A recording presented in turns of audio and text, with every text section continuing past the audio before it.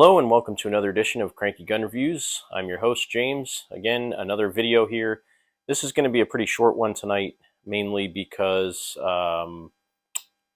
with the new rules, I can't show modifying guns or changing parts, so I'm just going to show you before, during, and after. And we'll talk about it. But I mentioned in my state of the channel that I was going to do more improvements and upgrades to my firearms, not just purchasing new ones all the time.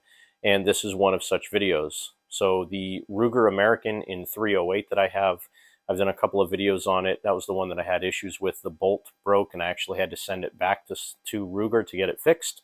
They fixed it, I got it back, and it's been fine. Now, because the light stock that thing comes with, it's a little bit unpleasant to shoot, so I figured I would do something about that.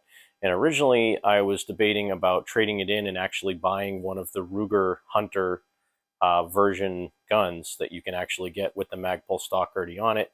But those are about $700, and trading it in, I probably would have only gotten about $250, maybe $300 if I was lucky, and then I would have had to shell out another $450 out of pocket to get one of those. So instead, I just decided to buy the Magpul stock. And I have to say, for years, I've been not opposed to Magpul products, but I thought they were overrated. You know, everybody's like, Magpul this, Magpul that, Magpul this. And I'm like, they can't be that good. You know, they look okay. They're decent quality stuff. And then I started buying their parts. The stocks that I've put on my last couple of AR builds have been Magpul stocks, and I really like them a lot. Obviously, they make good magazines. A lot of their components are really good. So I have one of the stocks on my 1022.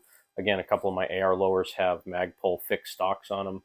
And this Ruger, the Ruger American with the Hunter Magpul stock. And let's go ahead and jump into the video and we'll talk about it a little bit. So this stock in and of itself is not an inexpensive part. From the manufacturer, they cost about $300. I was able to find it from another shop online, which I can't tell you where it was, but it was around $215 for this stock.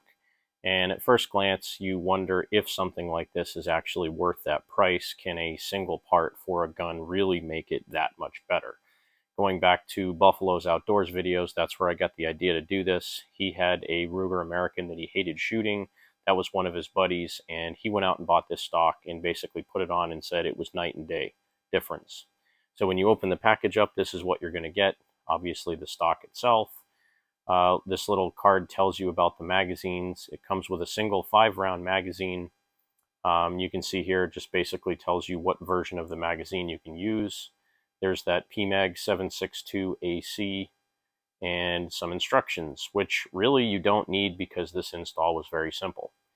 Out of the package, this is what you get. Again, the stock, which is very nice. I bought the FDE version of it. I've kind of been on an FDE kick lately because I really like the way they look.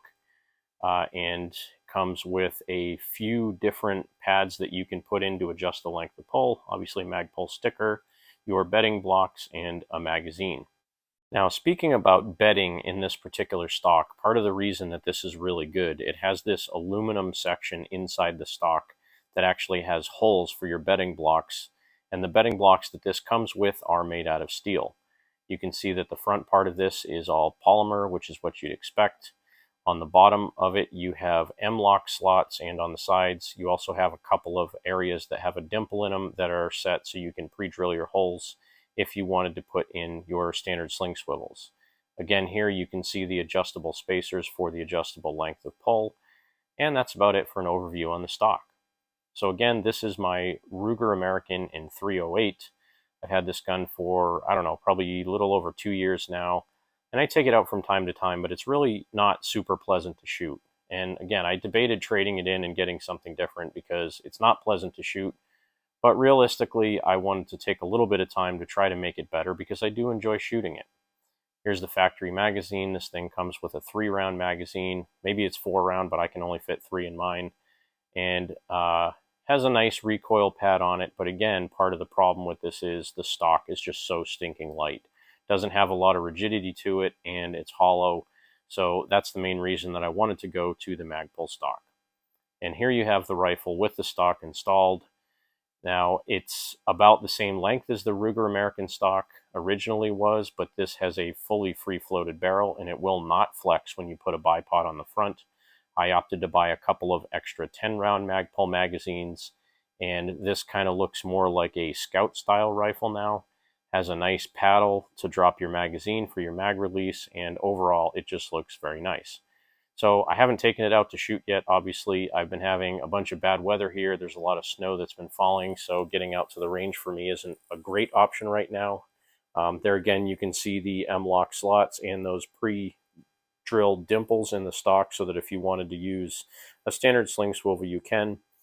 But again, this stock also has slots in the rear of the stock that you can put a standard sling through it, loop it back around, and it has an adjustable height comb that you can change, and it also has some additional spacers, like I said, that you can change the length of pull. I actually added an extra spacer, so I have two in there. Length of pull feels just about right for me. And I did order some shorter scope rings because, as many people pointed out, my scope and my cheek weld is really terrible on this rifle right now. And even after putting on this stock with a much higher comb height, it definitely needs some adjustment. So I do have those shorter scope rings coming. I'll put those on before I take it back out to the range. But that is just a short video from Cranky Gun Reviews. Thanks for watching.